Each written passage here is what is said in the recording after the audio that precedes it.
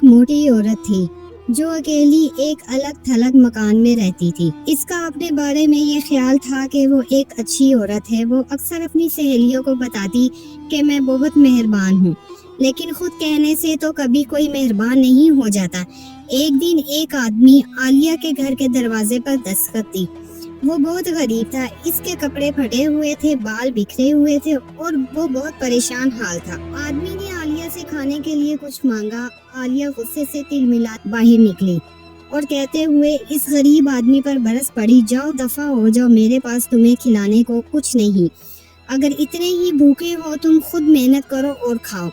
یہ کہہ کر اس نے زور سے دروازہ بند کر دیا اور وہ غریب آدمی بند دروازے کو حسرت سے دیکھتا رہ گیا۔ دروازہ بند کرنے کے بعد عالیہ نے اندر جا کر اپنے لیے چائے کا ایک گرم کپ تیار کیا اور مزے لے کر پیتی رہی۔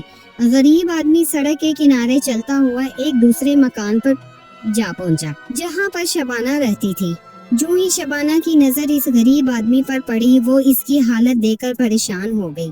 شبانہ نے اسے اپنے پاس بلایا اور کہا، تم تھکے ہوئے دکھائی دیتے ہو اور تمہیں سردی بھی لگ رہی ہے، آؤ اندر آ جاؤ اور یہاں بیٹھ جاؤ۔ اگرچہ میرے پاس کوئی چائے وغیرہ تو نہیں ہے، لیکن تم پریشان نہ ہو، میرے پاس ایک روٹی اور 3 خوبصورت سیب ہیں، ایک سیب میں کھا لیتی ہوں اور 2 تم کھا لو۔ وہ آدمی اس عورت کے گھر کے اندر گیا اور بیٹھ گیا۔ تھوڑی دیر تک ان دونوں نے باتیں کی، پھر شبانہ اور اس آدمی نے مل کر روٹی اور سیب کھائے۔ تب وہ آدمی کھڑا ہو گیا، شبانہ کا شکریہ ادا کرتے ہوئے کہنے لگا، آپ نے مجھ پر بڑا احسان کیا ہے، لہٰذا سورج غروب ہوتے وقت آپ جو کام شروع کریں گی وہ چاند کے نکلنے تک جاری رہے گا۔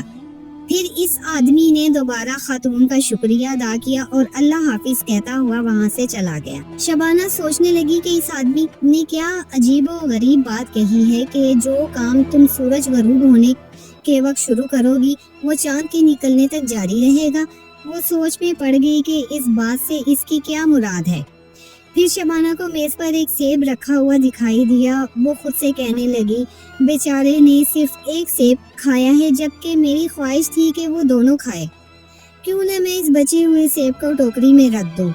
اس نے وہ سیب اٹھایا اور بڑی ٹوکری میں ڈال دیا۔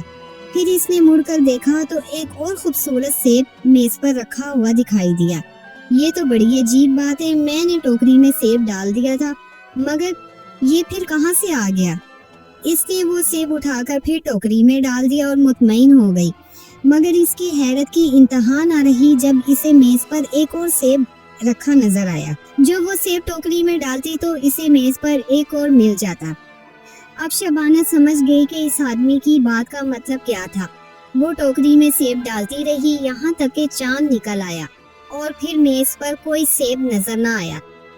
اب اس کی ٹوکری سیبوں سے بھر چکی تھی۔ دوسرے دن اس نے وہ سیبوں سے بھری ٹوکری بازار میں جا کر بیچ دی۔ اس طرح اس کے پاس بہت سی رقم آ گئی۔ شبانہ کی سہیلی عالیہ نے اس غریب کو دھکے دے کر نکال دیا تھا۔ اس نے جب شبانہ کی سیبوں بھری ٹوکری دیکھی تو حیرت سے اس کی آنکھیں کھل گئی۔ اس نے شبانہ سے پوچھا، یہ تمام سیب تم نے کہاں سے لیے ہیں؟ تمہارے گھر میں تو کوئی سیب کا درخت بھی نہیں ہے۔ شبانہ نے اسے پورا واقعہ سنایا کہ کس طرح اس نے اس غریب آدمی کو کھانے کے لیے روٹی اور سیب دیے تھے اور کس طرح اس نے اس کا شکریہ ادا کیا۔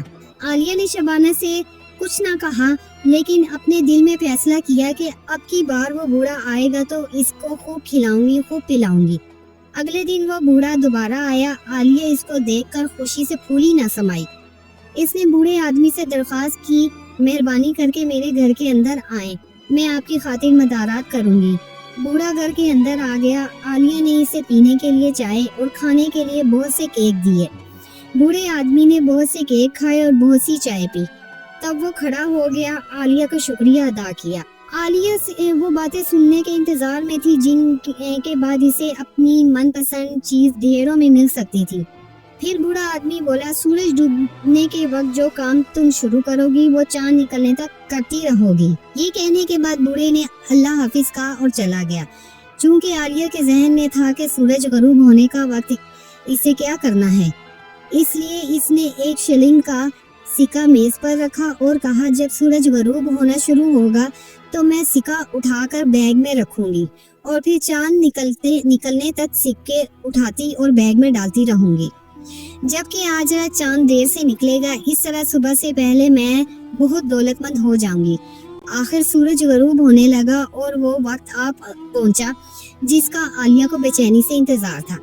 سورج غروب ہونے کے قریب ہی تھا کہ عالیہ بے دہانی میں تیزی سے مڑی، جس کے نتیجے میں وہ میز پر رکھے ہوئے چائے سے بھرے برتن سے ٹکرا گئی اور چائے فرش پر گر کر بہنے لگی۔ اس نے جلدی سے کپڑا لیا اور فرش صاف کرنے لگی۔ جب وہ یہ کر کے ہٹتی تھی تو اس وقت سورج غروب ہو گیا۔ پھر کیا ہوا؟ وہ بیچاری فرش صاف کرتی رہی یہاں تک کہ چاند نکل آیا، اور اس رات چاند دیر سے نکلا تھا۔ چونکہ اس نے لالچ کی خاطر بوڑھے کی مدد کی تھی، اس لیے اسے اپنے کیے کی سزا مل گئی۔